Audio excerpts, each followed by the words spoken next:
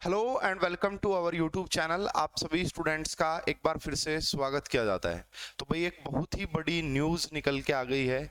एक नया entrance test निकल के आ गया है एनटीए के द्वारा एंड बहुत ही बढ़िया स्टेप लिया गया है UGC and ministry of education के द्वारा। तो भाई फाइनली CUET के बारे में ऑफिशियल नोटिफिकेशन जारी कर दिया गया है। तो इस वीडियो में हम सारी डिटेल्स की बात करेंगे कि व्हाट इज CUET, ये CUET है क्या। तो CUET का बेसिकली मीनिंग है कॉमन यूनिवर्सिटी एंट्रेंस टेस्ट। अगर आप 12th के बाद किसी भी यूनिवर्सिटी में, स्पेशली जो आपकी सेंट्रल यूनिवर्सिटी है, जैसे बहुत सारी तो सेंट्रल यूनिवर्सिटी ही है, जैसे central university of Haryana, central university of Rajasthan, उसके अलावा DU, BHU एंड और भी बहुत सारी यूनिवर्सिटीज। अगर आप उनके अंडर ग्रेजुएट प्रोग्राम में एडमिशन लेना चाहते हैं तो उनके लिए एक नया जो है एग्जाम अनाउंस कर दिया गया है जिसको CUET नाम दिया गया है। तो उसके एप्लीकेशन फॉर्म कब से स्टार्ट होंगे, क्या एग्जाम पैटर्न रहेगा, सारी डिटेल्स आपको इस वीडियो के अंदर मिलने जा रही है। तो देखिए भाई, ये मैंने एनटीए के द्वारा ही ये कंडक्ट करवाया जाएगा। एनटीए के द्वारा ये ऑफिशियल वेबसाइट से मैंने जो है अपना नोटिफिकेशन जो है डाउनलोड किया है। 26 मार्च को ये नोटिफिकेशन आया है और ये बात हम करेंगे CUET UG के बारे में, अंडर ग्रेजुएट के बारे में बात करेंगे, PG के लिए अभी नहीं है। तो देखिए सब्जेक्ट क्या बोला है, conduct of common university entrance test CUET UG for 2022 for undergraduate programme in central universities of the academic session 2022-23। ठीक है, तो अब यहाँ पे कुछ डिटेल्स दी गई हैं भाई। तो कंप्यूटर बेस्ड ये टेस्ट होगा भाई। पहले क्या होता था, अगर आपको DU में एडमिशन लेना था तो आपके 12th के मार्क्स के हिसाब से कट ऑफ लगती थी और उस हिसाब से मिलता था, बट अब ऐसा नहीं होगा। अब आपको एंट्रेंस क्रैक करना पड़ेगा, उसके बाद ही आपका एडमिशन हो पाएगा। ठीक है, तो सारी डिटेल्स है। सबसे इंपॉर्टेंट जो डिटेल है जो आपको ध्यान रखनी है कि 2 अप्रैल से आपके फॉर्म स्टार्ट हो रहे हैं। 2 अप्रैल से the online application form for undergraduate programme will be open from 2 अप्रैल से स्टार्ट हो रहे हैं। तो ये लिंक भी है भाई, लिंक अभी एक्टिव हुआ नहीं है, आप थोड़े से टाइम के बाद विजिट करते रहिएगा, हो जाएगा। तो 2 अप्रैल से लेके 30 अप्रैल तक आप इसके फॉर्म फिल कर सकते हैं। अगर कोई बच्चा अभी 12th में है वो भी फॉर्म फिल कर सकता है, अगर किसने पिछली साल 12th कर ली है तो वो भी ये फॉर्म फिल कर सकता है। तो सभी बच्चे जो 12th में है और BSc या अंडर ग्रेजुएट प्रोग्राम में बहुत सारी डिग्रीज होती हैं उनके अंदर एडमिशन लेना चाहते हैं तो इस एंट्रेंस के फॉर्म आप जरूर फिलअप कीजिएगा। ठीक है, उसके बाद अगर आगे बात करें एग्जामिनेशन स्ट्रक्चर क्या रहने वाली है CUET की, तो इसमें 4 सेक्शन बनाए गए हैं। सेक्शन फर्स्ट A 13 लैंग्वेज है, इसमें 13 लैंग्वेज है इसमें। सेक्शन फर्स्ट B में 20 लैंग्वेज हैं, डिस्कस करूंगा मैं इनको आगे। और सेक्शन जो 2 है उसमें 27 डोमेन स्पेसिफिक सब्जेक्ट।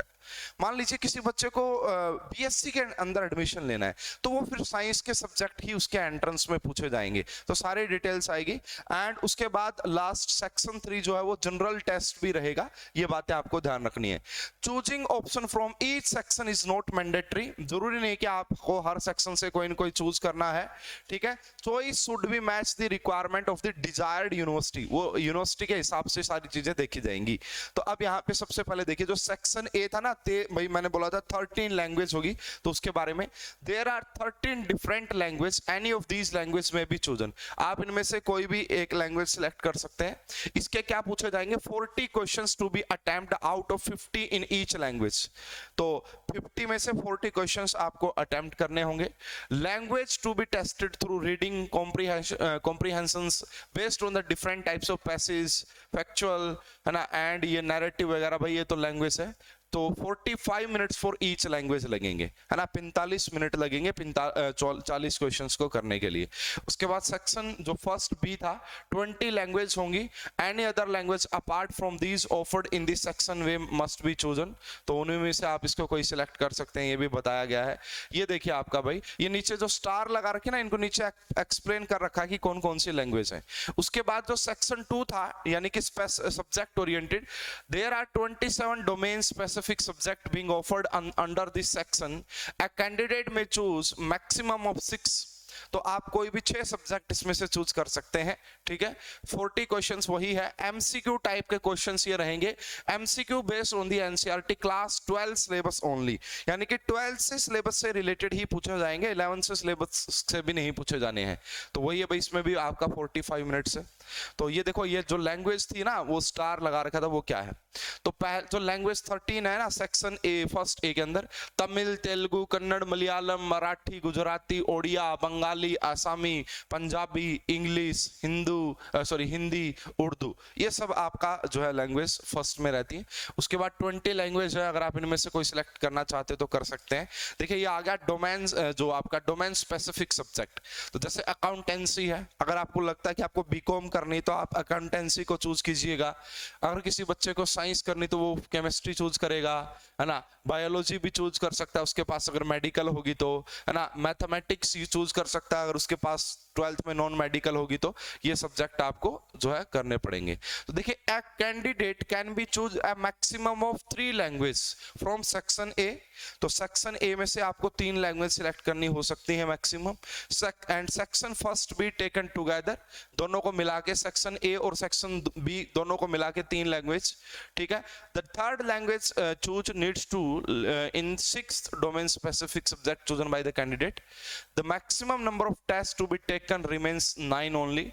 2 लैंग्वेज के दे सकते हैं, 6 स्पेसिफिक सब्जेक्ट और 1 जनरल टेस्ट होगा, और या फिर 3 लैंग्वेज हो सकती हैं, उसके बाद 5 स्पेसिफिक डोमेन सब्जेक्ट और 1 जनरल टेस्ट आपका होगा, जो भी स्टूडेंट को ठीक लगेगा। बाकी जब एक बार ऑफिशियल प्रोस्पेक्टस आ जाएगा तो उससे और ज्यादा डिटेल्स का पता लग पाएगा, ठीक है। उसके बाद भाई ये सारी बातें बताई गई है। मोड ऑफ टेस्ट जो होगा आपका, वो आपका कंप्यूटर बेस्ड होगा, सीबीटी होगा। ऑब्जेक्टिव टाइप क्वेश्चंस आएंगे, ऑब्जेक्टिव टाइप क्वेश्चंस आएंगे। 13 मीडियम रहेगा, सारी लैंग्वेज में आपको ये देखने को मिलेगा भाई, हिंदी इंग्लिश तो कॉमन होती हैं, उसके बाद जितनी भी रीजनल लैंग्वेज है उनके अंदर भी आने देखने को मिलेगा। सिलेबस देखिए ये बताया गया है, सेक्शन फर्स्ट एंड बी का लैंग्वेज टेस्ट थ्रू रीडिंग ये बता दिया था। सेक्शन सेकंड जो है as per NCERT model syllabus, ये 12th का सिलेबस आएगा भाई। मान लीजिए अगर किसी बच्चे को बीएससी का देना है, बीएससी ओरिएंटेड, तो वो फिजिक्स केमिस्ट्री एंड जो है फिजिक्स केमिस्ट्री मैथमेटिक्स सिलेक्ट कर रहा है, तो 12 से रिलेटेड क्वेश्चन पूछे जाएंगे, है ना। ऐसे ही अगर अकाउंट वगैरह या कॉमर्स साइड से है तो उसके अकाउंट्स के टॉपिक पूछे जाएंगे, ठीक है। तो ये सारी बातें बताई गई हैं। लेवल जो है वो 12th लेवल तक का ही रहेगा, ये बताया गया है यहाँ पे। नंबर ऑफ अटेम्प्ट तो यही बताया गया भाई, जो पिछले साल के स्टूडेंट्स है वो भी दे सकते हैं और इस बार वाले भी दे सकते हैं। एग्जाम की डेट अभी नहीं आई है, ठीक है, एग्जाम की डेट अभी नहीं आई है। मल्टीपल डेज इन 2 शिफ्ट में करवाया जा सकता है। ये ऑफिशियल वेबसाइट है, आप इसको लगातार बार बार विजिट करते रहिएगा, cuet.samarth.ac.in। तो ये भाई आप एनटीए की वेबसाइट को भी ऑफिशियल विजिट करते रहिएगा, एंड साथ के साथ में इस वेबसाइट को भी विजिट करते रहिएगा। तो ये था हमारा जी CUET के बारे में इंफॉर्मेशंस। तो जो भी बच्चे 12th में हैं वो सारे बच्चे इस फॉर्म को जरूर भरेंगे, इसकी तैयारी करेंगे और अच्छे से इस एग्जाम को दे के आएंगे। जैसे जैसे और नोटिफिकेशन आएंगे और जानकारी आएंगी तो आपको हम वीडियो बना के बताते रहेंगे। अगर आपको ये वीडियो अच्छी लगी है तो वीडियो को लाइक और शेयर जरूर कीजिए, और अगर आपकी फैमिली में कोई भी बच्चा 12th क्लास में है या कर चुका तो उस तक इस वीडियो को जरूर पहुंचाइएगा, उसके लिए ये काफी हेल्पफुल रहने वाली है। आप सभी का बहुत बहुत धन्यवाद, थैंक यू।